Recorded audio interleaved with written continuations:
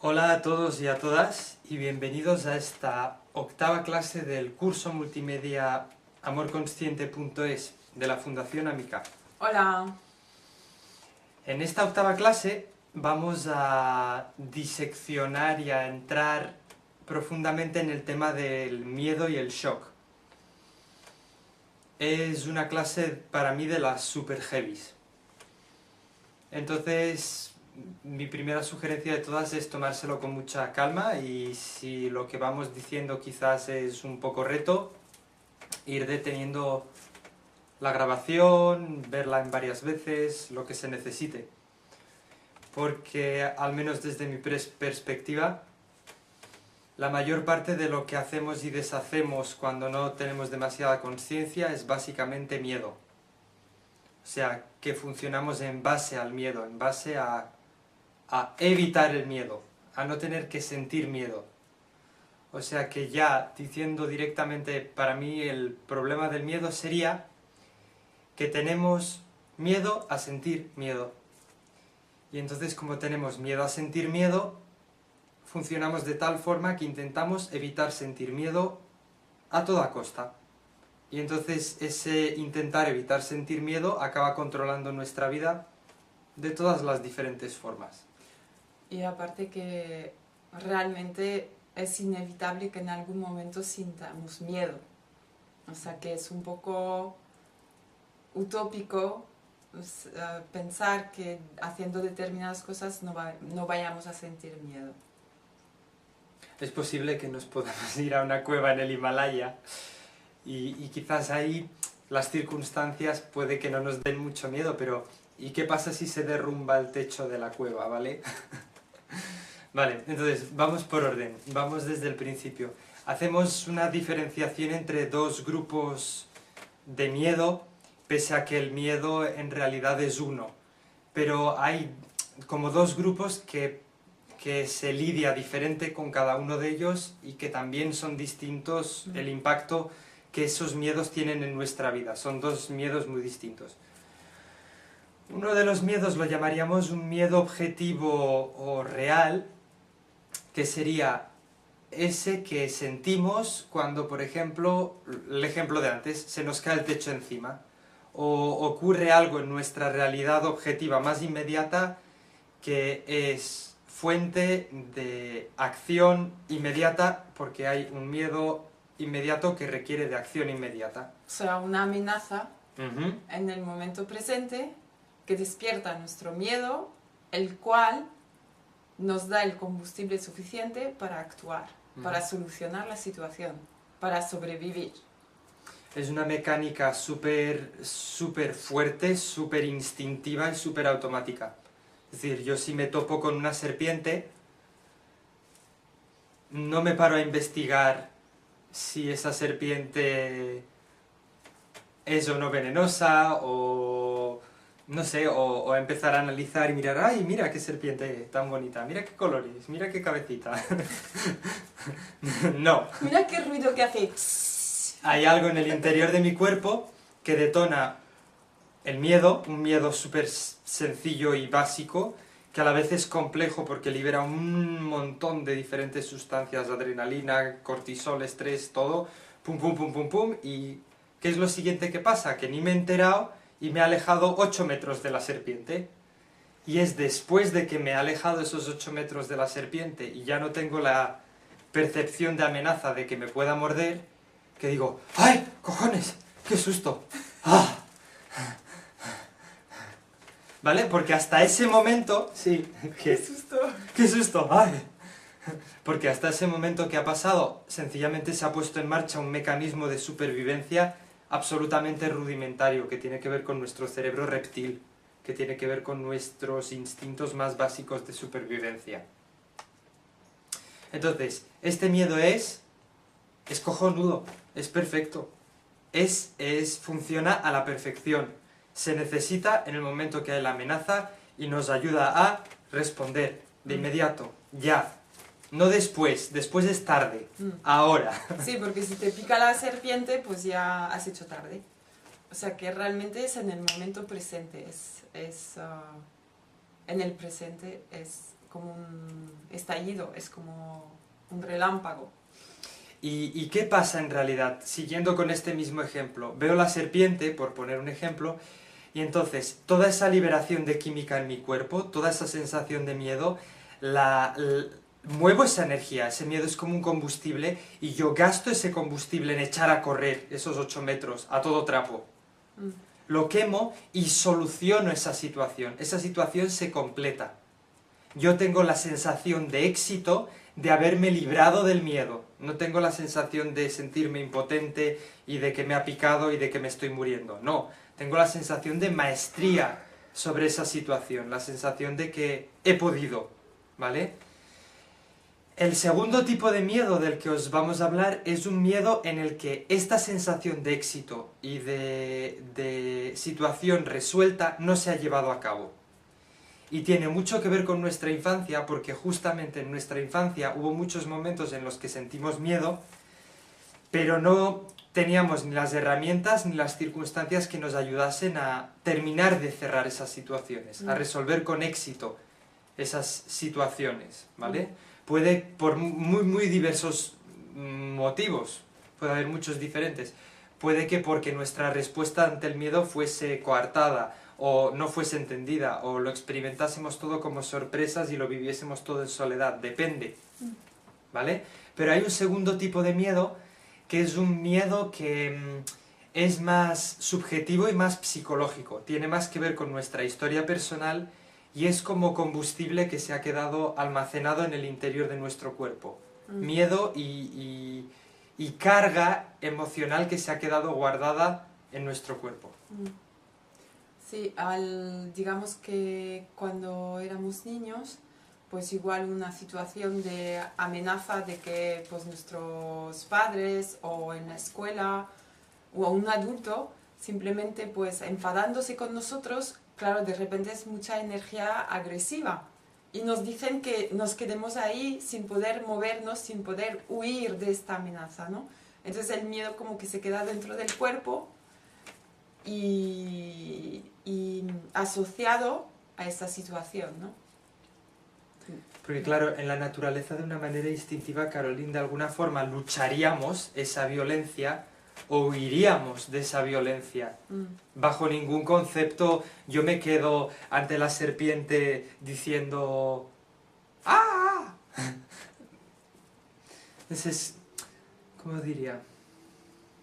Como que no gastamos el estrés que provoca la amenaza, porque en realidad lo que pasa en el cuerpo es como todo todo se pone en marcha para que tengamos los recursos suficientes pues para eso. O sea, la acción, el enfoque está en la acción. Sí. Lo que no se nos permite en este segundo grupo de miedo es la acción. No se nos permite una respuesta natural. No se pudo completar la acción para cerrar con éxito ese episodio. Entonces lo que ha pasado es que eso ha quedado pendiente ahí. Y entonces estos son el segundo tipo, el segundo grupo de miedo, que es el mismo miedo pero es distinto, es el que se detona en nuestras vidas sin una amenaza real, aparente e inmediata.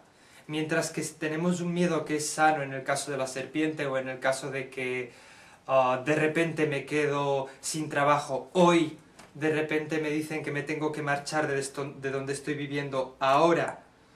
Esos son miedos que aparecen en el ahora, que son de supervivencia y que nos ayudan nos ponen inmediatamente en marcha y nos ayudan a pensar enseguida. La mente se pone, ay, ¿cómo voy a hacer? ¿Y dónde voy a ir? Como tal. Enseguida el cuerpo es sabio y tiene la intención, con ese miedo, de ayudarnos a encontrar la solución más rápida y más efectiva para que el episodio de estrés corporal, de estrés físico, dure el menor tiempo posible. El otro grupo de miedos es un grupo de miedos que se queda enquistado y se ve detonado por circunstancias no aparentes, es decir, nos cuesta infinitamente más darnos cuenta del por qué se detona. Porque cuando éramos pequeños, por ejemplo, a una situación de miedo, que podría ser, por ejemplo, la palma de mi mano, imaginemos que es la situación de miedo, le iba aparejado un cierto momento del día, unos ciertos sonidos, quizás una cierta sensación del tacto, unos ciertos olores, unos ciertos sonidos, objetos que veíamos. Entonces, eso todo se convierte en raíles, anclajes. En anclajes y asociaciones que hacen que cuando yo, en mi vida actual, revivo cualquiera de estas circunstancias, es probable, a menudo sucede, que ese miedo se detona usando cualquiera de estos raíles, ¿no? Entro en una habitación en la que de repente el olor, a un nivel profundo en mi interior, al cuerpo le recuerda una situación de amenaza de la que no pudo salir, en la que se vio obligado a permanecer y en la que en realidad adoptó el shock como mecanismo de defensa en última instancia, porque cuando hablamos de miedo, el miedo es gestionable y solucionable cuando lo podemos enfrentar o podemos huir de él, en la amenaza concreta real. Sin embargo, cuando no podemos escapar de ese miedo, en la naturaleza hay ese tercer mecanismo. Bueno, no es exactamente escapar del miedo, es escapar de la amenaza. De la amenaza, perdón, sí. El miedo sería el combustible que es una respuesta natural del ser humano ante una amenaza. Es una buena corrección, sí. ¿Vale? Entonces... Es por mi miedo al miedo que sigo hablando a veces como que el miedo es algo que hay que eliminar, ¿lo veis? Lo tenemos profundamente metido en nuestra manera de funcionar, de que el miedo es algo que es horrible y hay que evitarlo a toda costa, ¿no? Bueno, yo diría que, claro, como el miedo es una situación de estrés para el cuerpo, sí o sí el cuerpo busca homeostasis, busca equilibrio, y no le gusta estar en estrés porque es para cualquier órgano, para toda la fisiología, es como ir con el coche a 5.000 revoluciones por minuto. Al final quemas el coche, el motor. Entonces lo que busca el cuerpo todo el rato es como calmar, ¿no? Es como volver a un estado tranquilo, sosegado. Y sin embargo el cuerpo sí tiene la capacidad en un momento determinado de desplegar una cantidad de fortaleza y de estrés físico inmenso. Son muchos los testimonios que atestiguan, por ejemplo, que la madre al ver que el niño le ha pillado un coche o ha quedado atrapado bajo el peso de un objeto que en condiciones normales no podría levantar, en ese momento de estrés libera tantísima química. De hecho, a mí me ha pasado eso. Que puede sencillamente levantar objetos. Pero es que mira, estoy poniendo un ejemplo del cual yo mismo tengo una experiencia. Hace algún tiempo estábamos conviviendo con unos amigos y tenían un hijo pequeño, y a la parte baja de la casa en la que estábamos había un antiguo fregadero de esos de mármol que pesan, pues no sé, por lo menos 50, 60 o 70 kilos, y jugando a la pelota con el niño, el fregadero como que se le cayó sobre la pierna y su pierna quedó como pinzada entre el fregadero y el suelo. Y recuerdo que me dio tal susto que con una mano levanté el fregadero y con la otra mano le saqué el pie. Y recuerdo que cuando sacábamos el fregadero de aquel sitio, mi amigo y yo, era un fregadero que era tan pesado que entre los dos sudamos la gota gorda para sacarlo de allí. Entonces pensé, wow, increíble qué fuerza, ¿no? Tiene ese miedo, qué poder tiene, sí, ¿no? es como un resorte de repente. ¡Pah! El miedo tiene unas enormes ventajas. O sea, hemos sido muy condicionados culturalmente a pensar en el miedo como algo malo per se.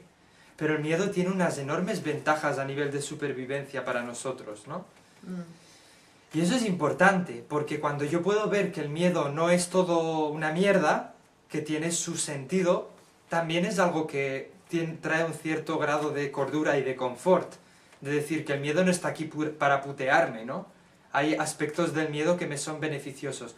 ¿Cuáles son los aspectos que no son beneficiosos de ese miedo? Pues no me beneficia cuando, debido a los temas de miedo que no tengo resueltos de mi infancia, se me activa constantemente un miedo latente, un miedo psicológico, un miedo subjetivo que se ha quedado almacenado, que no tiene actualmente una amenaza real.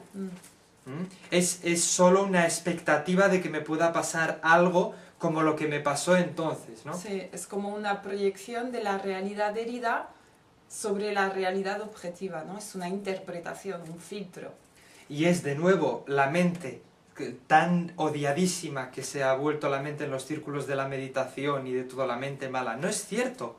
La mente, ¿qué intenta cuando nosotros nos hemos quedado anclados en un episodio de miedo sin poder resolverlo? Lo que intenta es prevenirnos de que, a su manera, a la mejor manera que sabe, prevenirnos de que volvamos a entrar en una situación de ese estilo. Entonces, la manera que la mente tiene de avisarnos de eso es montarnos una buena paja mental diciendo ¡ay, te va a pasar fatal, volverás a hacer tal cosa y todo volverá a ser horrible!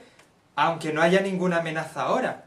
Porque ¿qué intenta la mente? La mente intenta protegerte, intenta que... Pues que no te metas en esa situación, por ejemplo, que no tomes riesgos. Exactamente.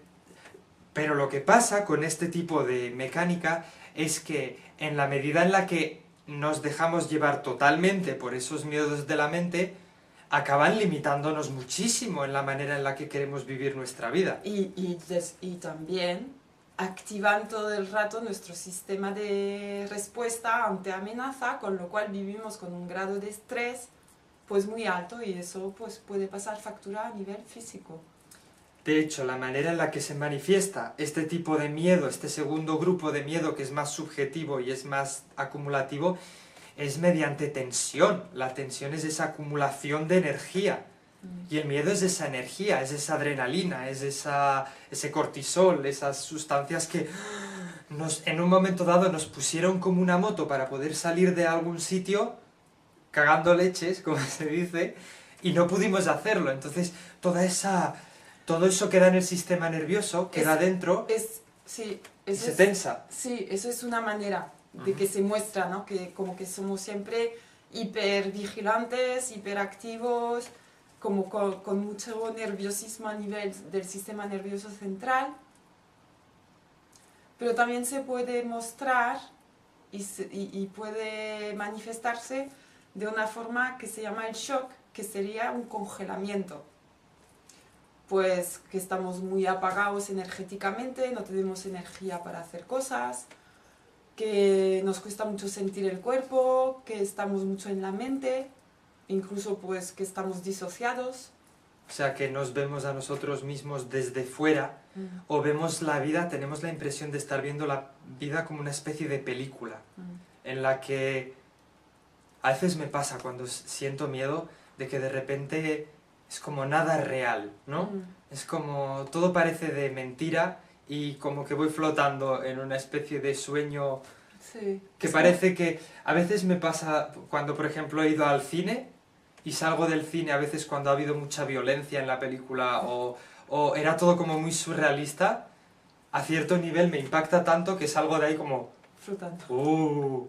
Como... A veces me ha pasado que incluso cojo el coche y ya no tengo la impresión sana de que, cuidado Marco, que es un coche real, en la vida real, y te puedes piñar. Entonces puede que hasta conduzca más rápido o de maneras más temerarias. Por eso ponen, imagino, en los anuncios de televisión, esto ha sido hecho bajo condiciones de grabación, no intentéis copiarlo.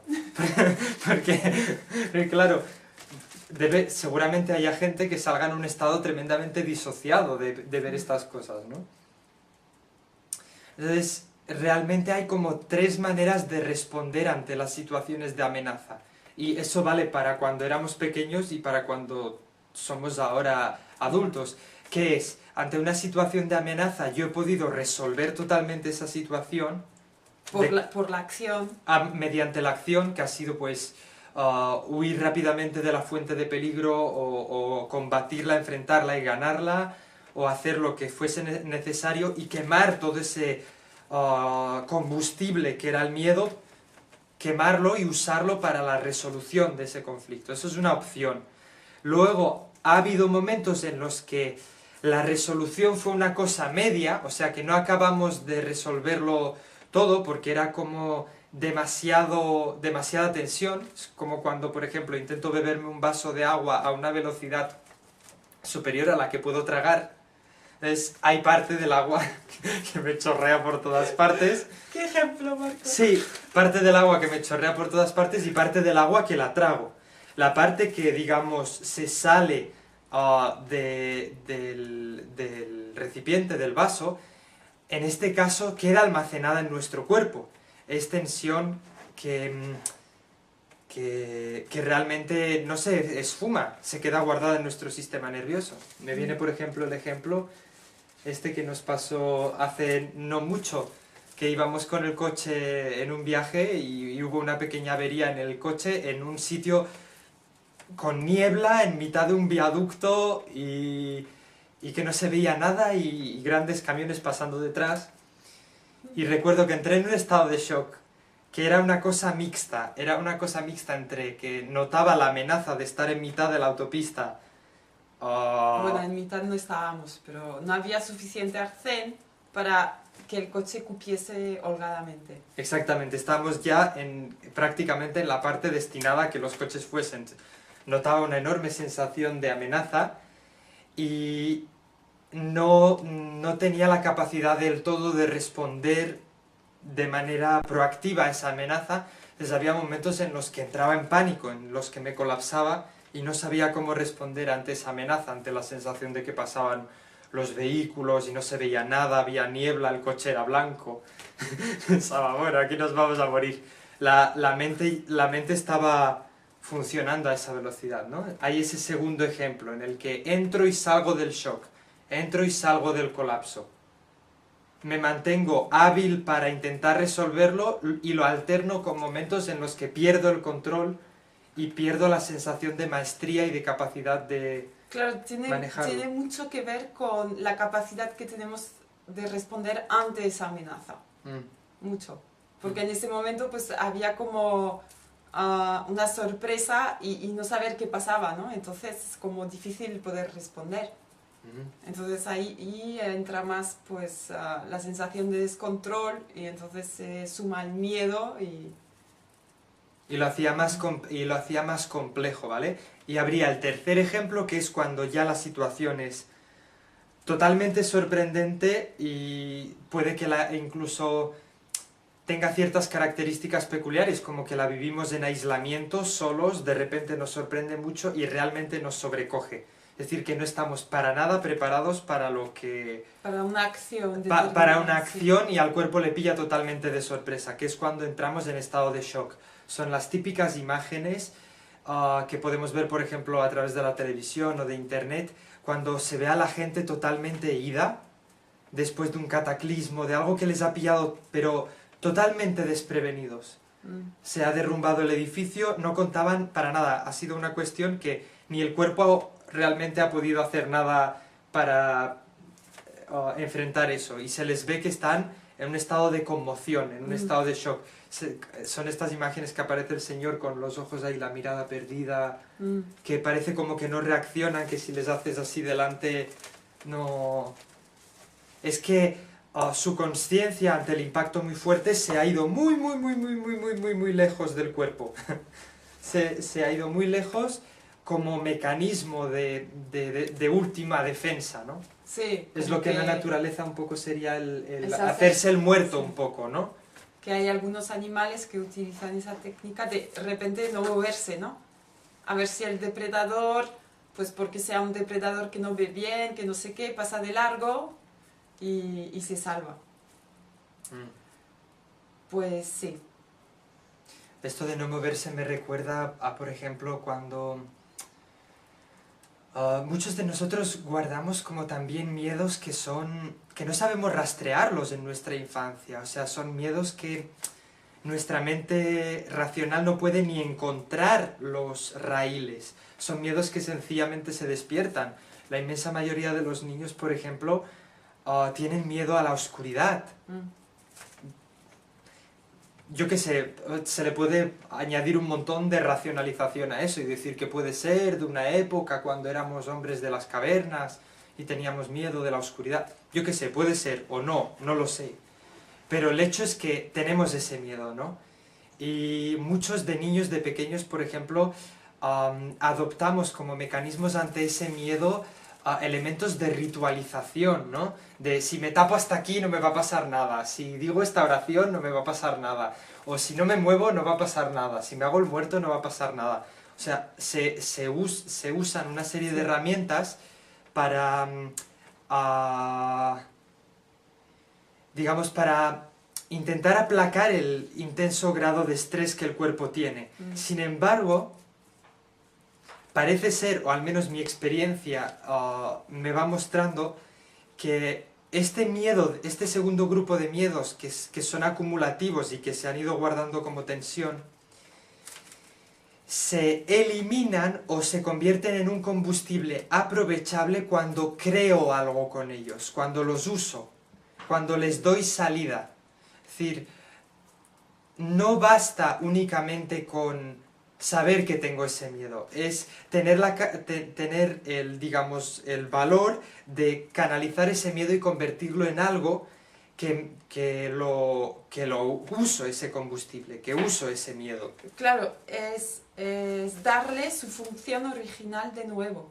Es no quedarse en, pues pasé miedo, no pude resolver la situación y cuando pues ocurre esa situación que decíamos antes, pues siempre paso miedo, ¿no? Y no hago nada con ello. Y pues, entonces, claro, pues sí. No, poco a poco es ir tomando pequeños riesgos, no hace falta tirarse desde... ¿Me dan miedo las abejas? Pues voy a meter la cabeza dentro de un panal. No. A ver si se me quita el miedo. No estamos diciendo eso. Eso es suicida. Eso sería terapia de choque que yo encuentro, no sé si funciona, quizás para alguna gente sí funcione, pero en general no funciona, porque tenemos muy poca tolerancia actualmente a percibir miedo en nuestras vidas. Y para ganar tolerancia y resiliencia, que es ese término inglés de resistencia frente al miedo, tenemos que ir tomando pequeños riesgos, tenemos que ir afrontando miedos que sean lo suficientemente grandes para darnos miedo, pero lo suficientemente pequeños para que no nos hagan necesariamente entrar en shock y permanecer ahí con de nuevo esa misma sensación de indefensión en la que quedamos paralizados totalmente. Sí, que realmente veamos que podemos hacer la acción, que es una meta, digamos, razonable. Que no nos pongamos metas totalmente inalcanzables, porque ahí no, lo más seguro es que no podamos y retraumatizamos, como ha dicho Marco. Y realmente, sí, es decir... Y cuando comentabas esto, ¿no? De que no es suficiente el darse cuenta, o sea, darse cuenta de que de repente tengo un miedo subjetivo, de que ese miedo que estoy sintiendo es subjetivo. Primero el darse cuenta muchas veces, como son proyecciones mentales, pues puede ser que simplemente desaparezca. A veces a mí me ha pasado. ¿Vale? Pero si son respecto a situaciones concretas, como por ejemplo a mí me pasaba mucho y cada vez menos, pues hablar en público, me daba mucho miedo, pues poquito a poquito como que primero he tomado el riesgo pues de hablar en público, pero a dosis, o sea, pues por ejemplo siempre dejaba a Marco pues empezar y yo realmente intervenía cuando me sentía que realmente quería decir aquello que quería decir, o sea, no hablar por hablar, ¿no? Y poco a poco pues uno toma confianza, respirar el miedo, estar con él y llevar la acción. Eso encuentro que a mí es lo que más me ha apoyado.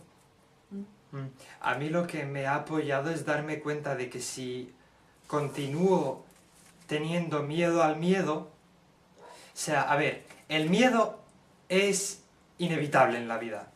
O sea, yo he llegado a esta conclusión, es inevitable. Es como cuando me golpeo el codo o la rodilla que me duele. Pues cuando pasan una serie de situaciones, siento miedo. Es así. O sea, puedo... Las dos opciones que tengo de lidiar con eso son, puedo aceptar que eso es así y ponerme en paz con ello, o puedo no ponerme en paz con ello y entonces tenerle miedo. ¿Qué pasa? Si le tengo miedo al miedo, al final lo que pasa es que el miedo es el que maneja mi vida. Porque vivo intentando evitar todos los raíles que sé que me ocasionan miedo, ya sea de manera consciente o de manera inconsciente. Que sé que va a estar fulanito en esa reunión, me apetece ir a esa reunión, pero sé que está fulanito, entonces no voy. ¿Por qué? Porque me da miedo.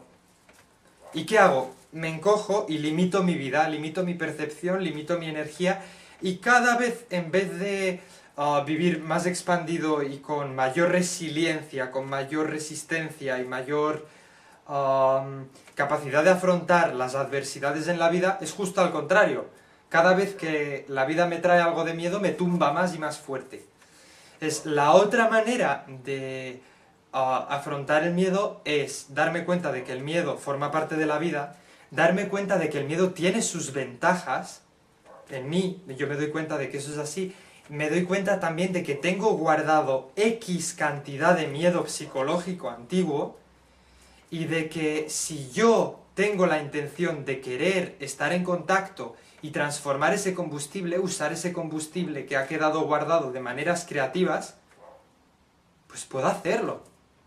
De poquito a poquito. O sea, cuando veo que existe algún reto, cuando veo que hay algo que me da miedo a hacer, pero sé que en algún aspecto, por ejemplo, me haría más íntegro, me haría sentirme a cierto nivel mejor conmigo mismo como persona, como ser humano, ahí tengo una enorme oportunidad de pasar por un cierto estrés y desarrollar resistencia. Sí, por ejemplo, cuando estabas comentando esto me venía a la mente de que yo tengo miedo a sentir pues mi dolor profundo de tristeza y sentir el abandono, ¿vale? Porque es muy intenso y entonces como que muchas veces como que huyo de esas sensaciones, de estos sentimientos primal. Y entonces ese miedo, claro, ¿cuál es la acción en ese caso? Pues en ese caso es comprometerme a cuando se me despierte pues el abandono o una sensación de tristeza, pues estar con ello.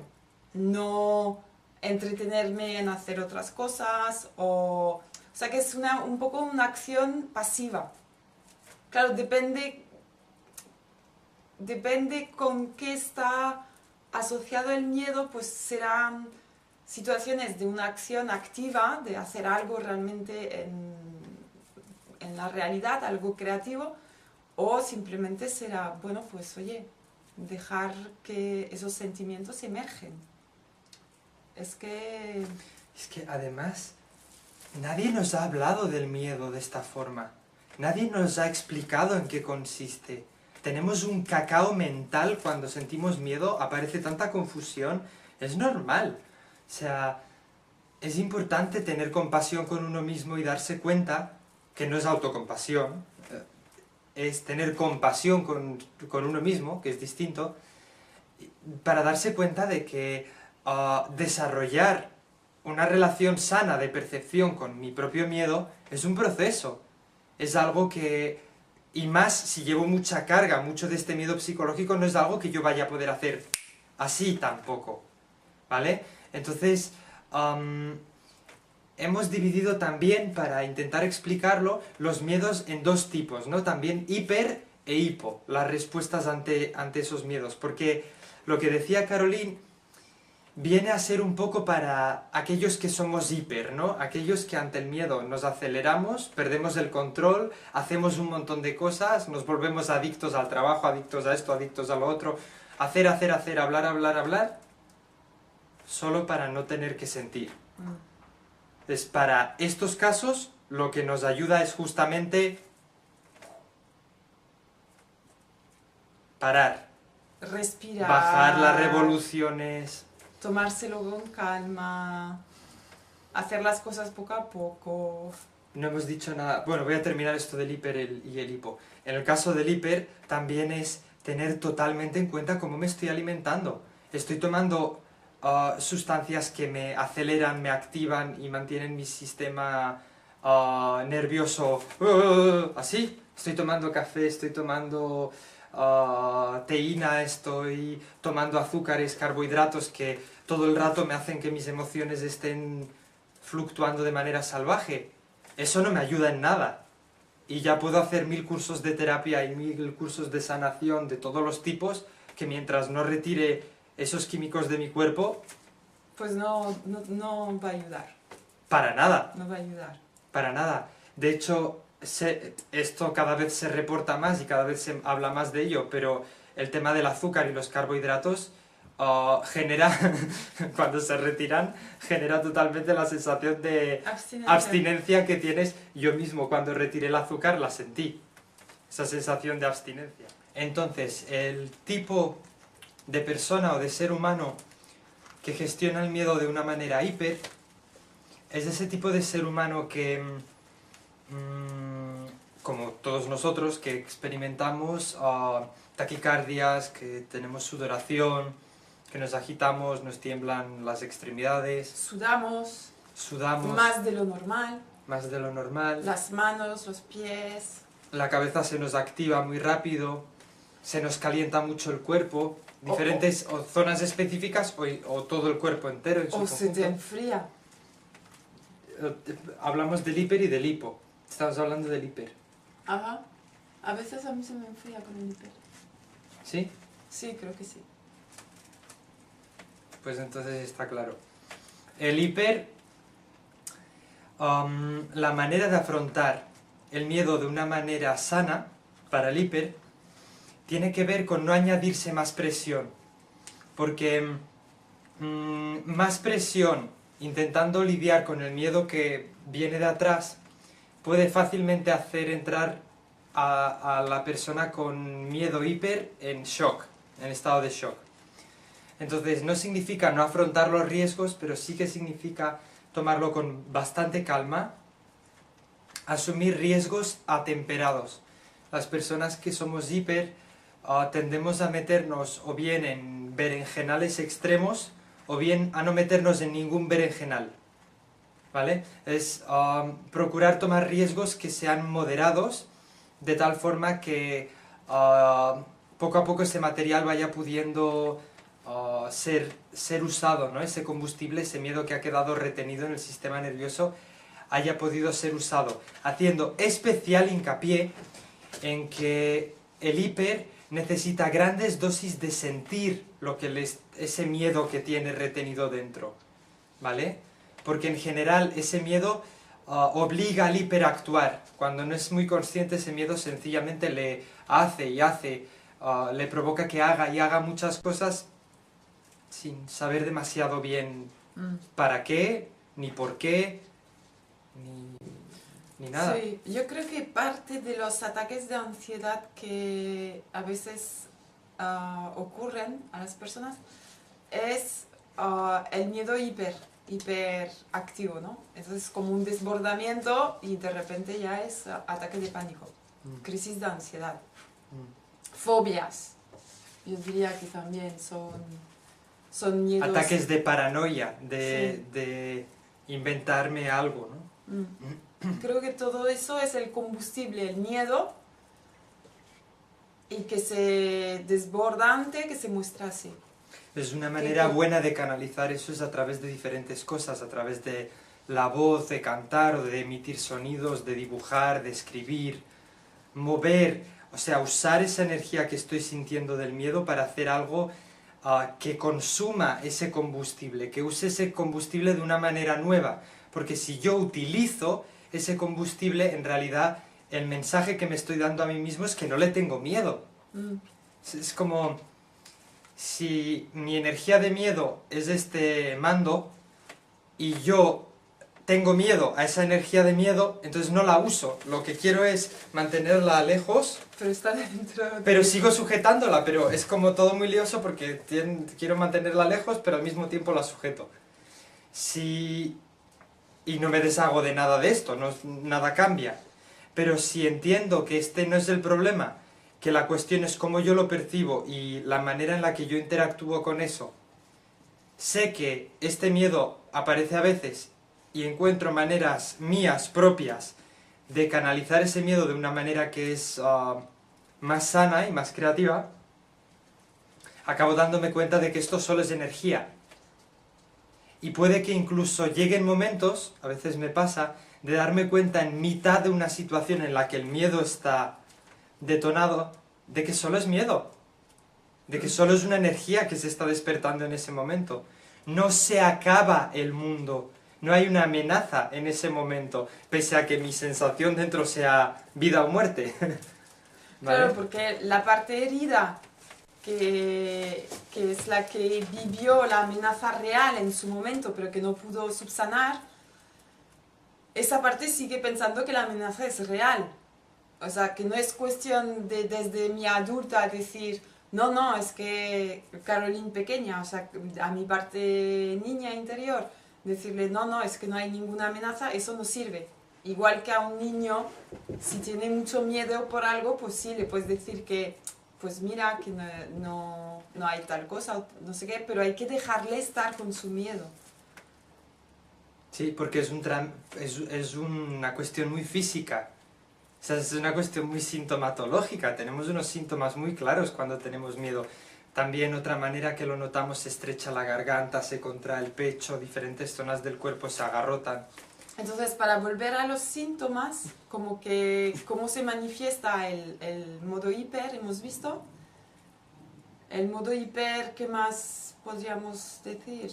Pues mucha tensión corporal, mucha rigidez.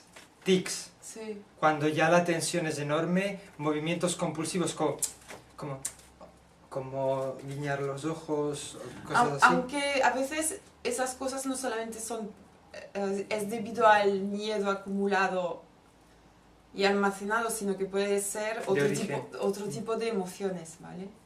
Y también puede ser de origen de la alimentación. Sí, incluso bioquímico. O sea, ese es un elemento que hay que tener muy en cuenta, de cómo nos estamos alimentando, porque hay muchísimas cosas de las que se cree que es normal comer, que en realidad a nivel de emociones, a nivel de sistema nervioso, nos dañan profundamente. Y no nos ayudan a desarrollar resistencia frente al estrés. O sea, lo que hacen es justo lo contrario, nos vuelven mucho más vulnerables y muchísimo menos capaces de lidiar. Digamos que los nutrientes que el cuerpo absorbe no apoyan el cuerpo a sobrellevar el estrés. Más bien, pues, como que, por ejemplo, si mi sistema en una situación óptima tendría, pues, una resistencia al estrés aquí, a esta línea, pues, según qué tipo de alimentos, lo bajará. Y enseguida llegaré mucho más fácilmente al estrés. ¿Ok? Entonces, todo lo que es cocina preparada, platos preparados, que llevan glutamato monosódico, que llevan mucho azúcar, que llevan sal refinada, que pues todo esto realmente no apoya. Perjudica, hablando directamente. Entonces, eso es el lado hiper. Y luego hay el lado hipo, el lado por debajo. Es otra manera de lidiar que hemos de alguna manera aprendido a base de la experiencia, de la observación, del ejemplo y del entorno, es a lidiar con el miedo de manera colapsada, de manera implosiva.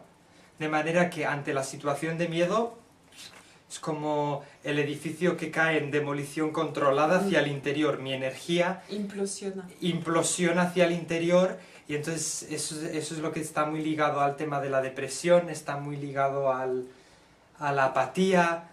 Es como muy paralizante. Sí. Te falta energía para llevar a cabo las cosas. ¿Y por qué? Porque necesitas energía para mantener todo ese miedo implosionado. Toda esa energía de alguna manera reprimida sin una válvula constante de escape, ¿no? Otros síntomas más llevados al extremo es que esa energía nos inhabilita para pensar o nos inhabilita para hablar. Queremos decir algo y de repente no... Nos quedamos en blanco. Nos quedamos totalmente en blanco y no hay manera.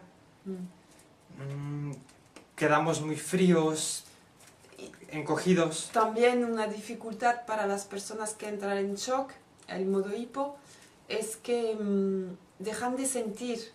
Dejan de tener, claro, como su conciencia se ha disociado de las sensaciones para evitar lo que sea, la amenaza que sea, pues como que dejan de sentir, dejan de tener sensibilidad hacia sus propios sentimientos.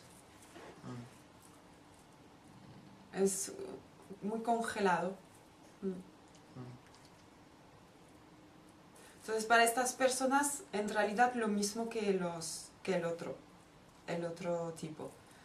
Pues sin presión, con mucha tranquilidad, tomar riesgos muy pequeños que realmente está claro que podemos tomar una acción. La alimentación también, o sea, pues a veces tenemos también un nivel así energético más bajo debido pues a falta de vitaminas, falta de oligoelementos, falta de minerales.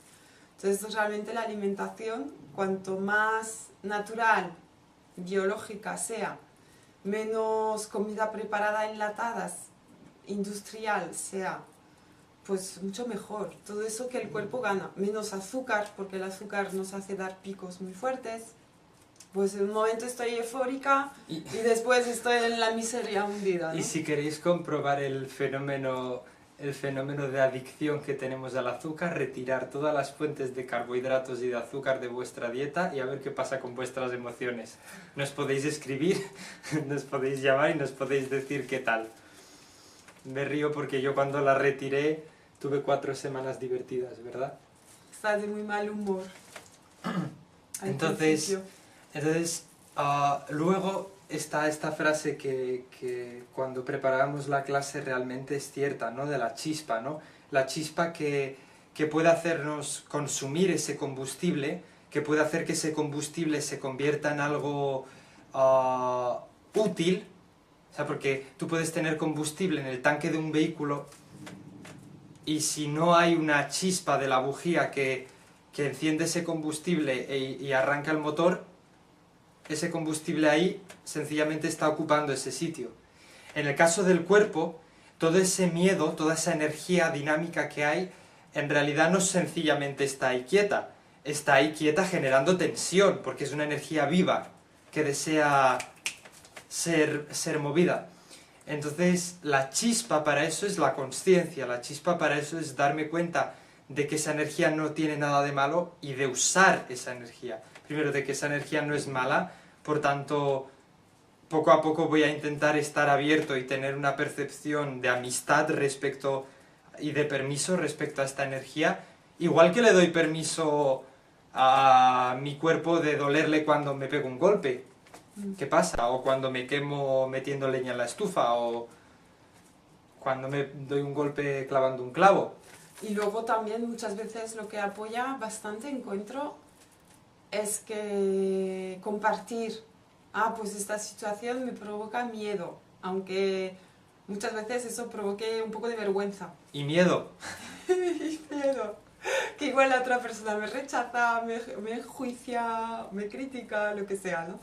Pues tomar riesgos. Eso ya es un riesgo, compartir, exponerse con otra persona, ¿no? De confianza, por supuesto.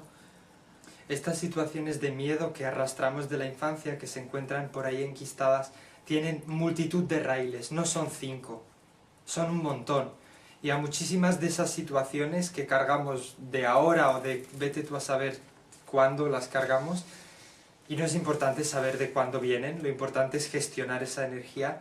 Muchos de esos raíles tienen mucho que ver con mensajes de la mente, de que haz algo, deberías hacer algo, venga, soluciónalo, que nos mete más presión, o no vales para nada, eres un cobarde. Un montón de frases y mensajes cuya intención es positiva. O sea, la intención de la mente es mantenernos estáticos en ese estado de shock para ver si la amenaza se marcha, ¿vale? Por sí sola. Pero que pagamos un alto precio. O sea, si hacemos caso de eso así como es, únicamente pagamos un alto precio. Y dado que ya tenemos consciencia, ya podemos elegir si usar la mente o la consciencia. Y la consciencia, ante una situación en la que se plantea hacer algo para ganar una mayor integridad conmigo mismo, o no hacerlo porque tengo miedo de fallar o de fracasar o de que no me salga bien o de lo que sea, ahí hay un gran dilema. Si yo hago únicamente caso de las voces que me han estado queriendo mantener a salvo, construyo un mundo en el que permito que exista la violencia constante, en el que permito que haya el control constante. A veces solo falta mirar a nuestro alrededor el tipo de leyes, el tipo de cosas que aprobamos. en el que se controla, nos controlamos los unos a los otros, en el que se nos espía y nos espiamos los unos a los otros. ¿Por qué?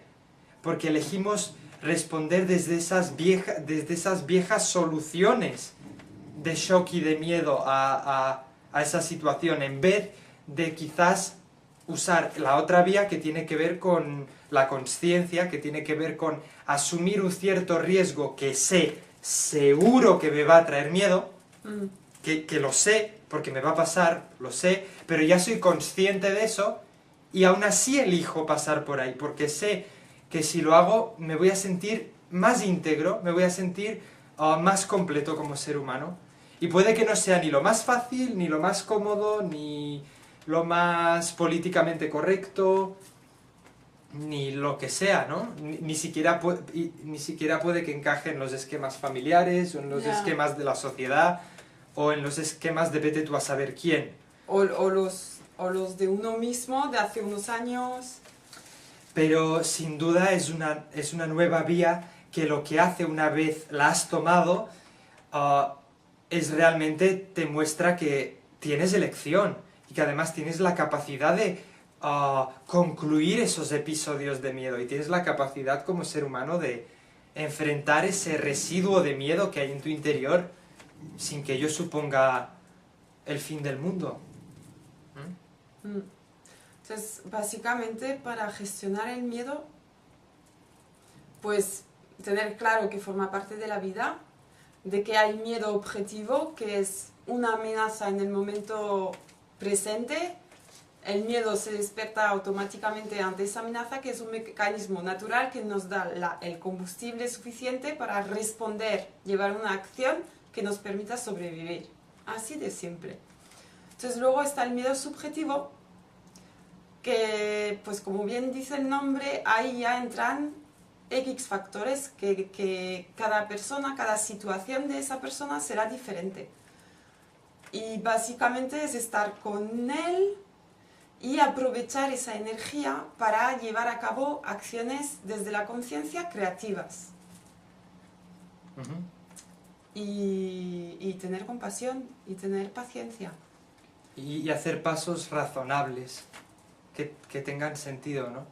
Es como, a veces ponemos este ejemplo en los talleres de el niño que no puede manejar un helado de una bola, el papá le compra un helado de una bola a un niño pequeño y al niño pequeño se le cae, porque todavía no acaba de controlar muy bien cómo es lo de llevárselo a la boca y manejarlo, y vuelven a entrar en la tienda y el niño esta vez en vez de un helado de una bola le pide uno gigantesco de 3 bolas. ¿Qué tiene sentido? ¿Tiene sentido comprarle al niño el helado de 3 bolas? Pues más bien no, ¿no? Porque justamente si no ha podido manejar una, 3 muy chungo. Entonces, no es cuestión de que... Es que justamente es eso, no es cuestión de que tenga que dejar de sentir miedo ya para siempre. Es que eso... Si quieres dejar de sentir miedo ya para siempre, muere. Es que...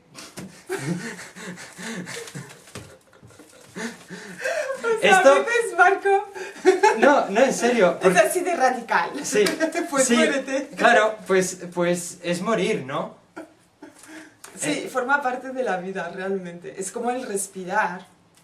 Pues, ante situaciones estamos configurados así y es, como decíamos, es para algo que es bueno.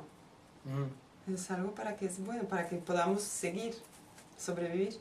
En realidad tiene mucho que ver con aprender a percibir en qué medida el miedo es algo que me beneficia en un momento dado, que me ayuda a ser creativo, que me ayuda a crear nuevas ideas, que me ayuda a moverme de una manera activa y resolutiva, y en qué momentos es una limitación, en qué momentos huyo de él, en qué momentos lo evito.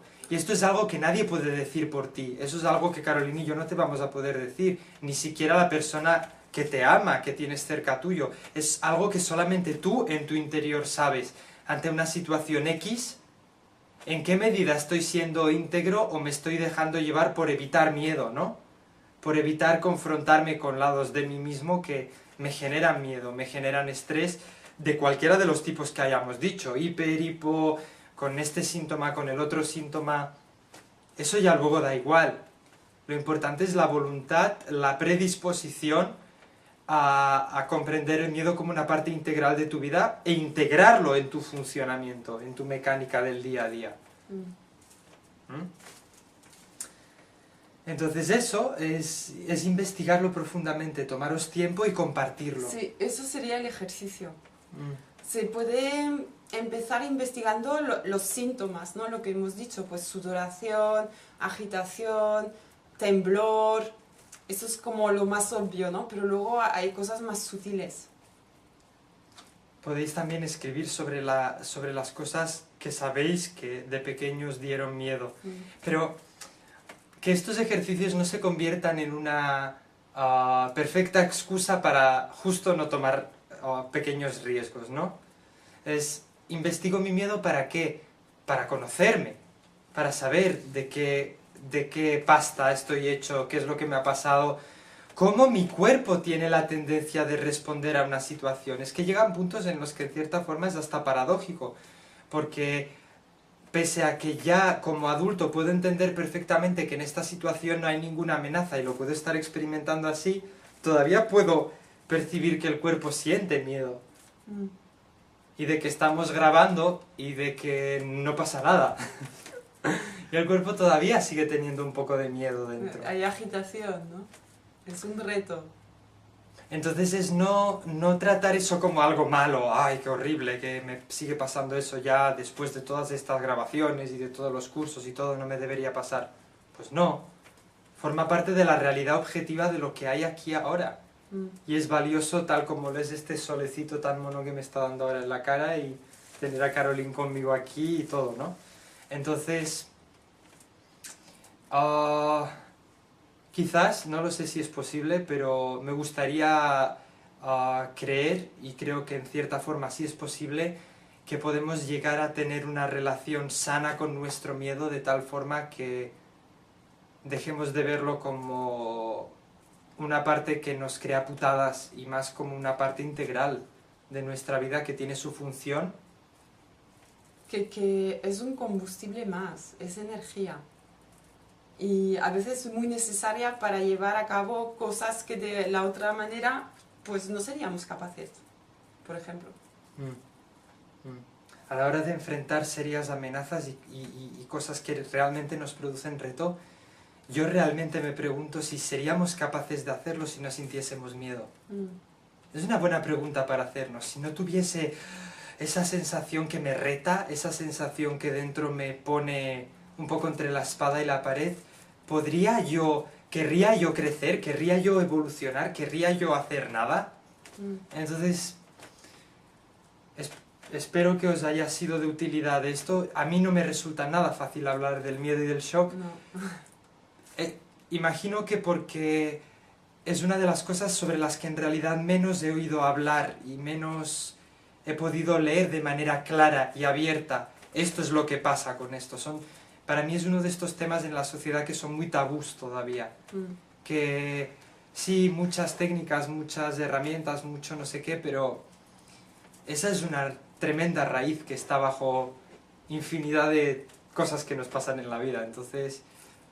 Y está bien hacer un repaso a cuáles son nuestros grandes miedos, ¿no? Pues miedo a envejecer solo, miedo a envejecer sola, miedo a la muerte, miedo a la presión, miedo a que me pongan expectativas encima, sí. Que me critiquen. Investigar.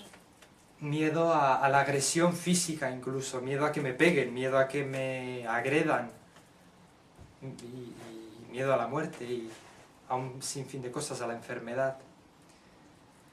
Pues bueno, pese a que el tema es difícil, os animamos a que estéis en contacto de una manera sana con vuestro miedo y que poco a poco vayáis encontrando vuestros propios recursos para acercaros a esta energía que es tan viva, tan rica, tan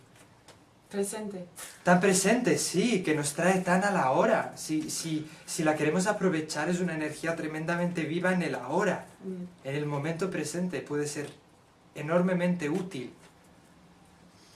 Y diciéndoos esto, nos despedimos hasta la próxima clase y esperamos que vuestra investigación vaya viento en popa. Nos podéis escribir preguntando lo que necesitéis, en la medida que seamos capaces, sepamos, lo haremos con mucho gusto. Pues hasta la próxima clase. Hasta la próxima.